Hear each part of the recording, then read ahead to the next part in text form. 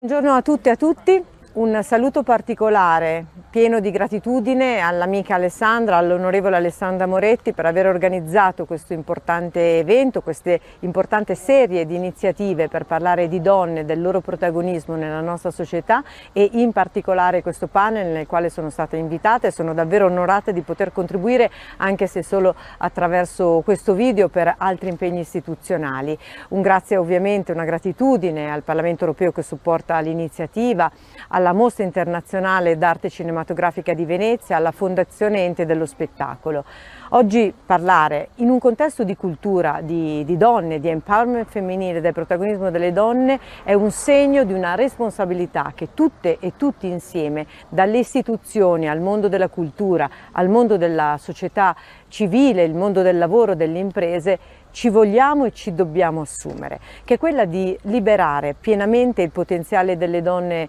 nella nostra società.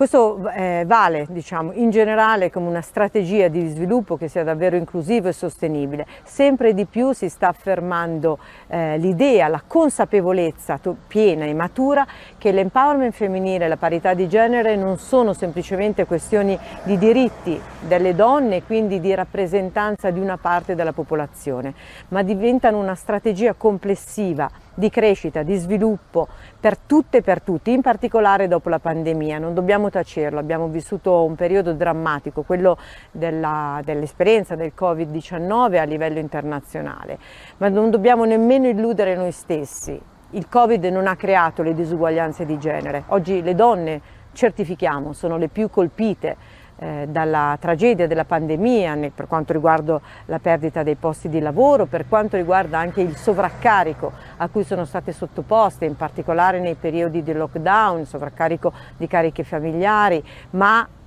e non è una parentesi semplicemente da aprire, ma uno sguardo molto attento che dobbiamo avere. C'è stato un aumento delle violenze domestiche, delle violenze contro le donne. Ecco, queste disuguaglianze, queste discriminazioni non sono state create dal Covid. Il Covid le ha svelate, le ha amplificate e nello stesso tempo però il Covid ha messo in evidenza qual è il volto di una società migliore che possiamo e vogliamo costruire, e questa società deve avere il volto di una piena partecipazione delle donne, non come una metà, questo giusto mezzo di cui oggi si parla così opportunamente, non semplicemente come una metà, ma come la metà che nell'ambito di una diversità di prospettive deve essere messa compiutamente in campo. Non possiamo disegnare un mondo migliore se è un mondo che vive soltanto di una influenza, di un linguaggio di esperienzialità umana al maschile. Per fare questo è evidente che dobbiamo mettere in campo delle strategie, per questo che il governo italiano ha varato per la prima volta nella storia del nostro Paese una strategia nazionale per la parità di genere. Misure positive nei confronti, azioni positive nei confronti del mondo del lavoro per far sì che aumenti il livello dell'impiego femminile nel mondo del lavoro, ma che anche aumenti il numero delle donne nel mondo del lavoro con obiettivi specifici e misurabili. Penso quindi a misure come la decontribuzione per il lavoro femminile, il sostegno all'imprenditoria femminile, un nuovo welfare che aiuti le donne ad un'armonizzazione della loro carriera personale con i carichi familiari, ma carichi familiari che trovino una piena condivisione anche con la parte maschile, quindi una riforma dei congedi parentali. Sono le azioni poi compiutamente previste dalla riforma del Family Act che stiamo portando avanti. Altro tema fondamentale, sostegno dell'imprenditoria femminile, valorizzazione dei talenti femminili, lo dice con grande chiarezza il Premier Draghi. Ogni talento di donna che viene perso per la società è una perdita per tutta la società. Ecco perché oggi noi dobbiamo liberare queste energie che già ci sono, ma che sono in questo momento ancora inespresse e non messe nelle condizioni di poter contribuire fattivamente a un percorso di ripartenza. Altro tema importante è quello della formazione, in particolare nel mondo delle STEM, della finanza, del digitale. Le ragazze devono essere aiutate a rompere degli stereotipi imposti dalla società, che vedono le donne escluse da questi settori. Questi saranno però i settori, i linguaggi del mondo del futuro, del mondo del lavoro del futuro, e se vogliamo un mondo del lavoro nel quale le donne siano fattivamente protagoniste, dobbiamo far sì che oggi le donne acquisiscano le competenze e questi linguaggi per abitare il tempo del futuro da protagoniste. Nello stesso tempo questo futuro va scritto con algoritmi che vedano l'esperienza, l'emozione, la storicità, l'identità del femminile come una parte consistente, quindi oggi la donna necessita di essere nel mondo della scienza valorizzata compiutamente.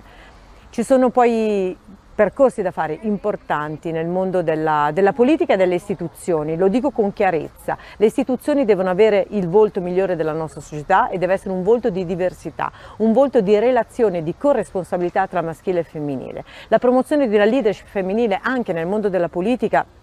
credo sia un passo a cui il nostro Paese deve guardare con grande concretezza, perché solo attraverso questa promozione di leadership potremo avere delle istituzioni che pienamente interpretano quella scelta democratica che 75 anni fa abbiamo fatto con chiarezza, la rimozione di tutti gli ostacoli che di fatto impediscono la libertà e l'eguaglianza di tutte le cittadine e di tutti i cittadini, ma anche la necessità per tutte e per tutti di concorrere al bene materiale e spirituale della nostra società. Ecco, questa è la dignità profonda che noi dobbiamo restituire alle donne nel nostro Paese, che è la dignità di potersi assumere una responsabilità condivisa all'interno della nostra comunità. È una sfida straordinaria, ma è una sfida nella quale l'Italia oggi è leader a livello internazionale. Abbiamo organizzato come Presidenza italiana la prima conferenza internazionale nell'ambito del G20 sull'empowerment femminile, la prima conferenza del G20 nella quale si afferma con grande chiarezza che il gender mainstreaming, che la prospettiva di genere deve permeare tutti i dibattiti di tutti i settori,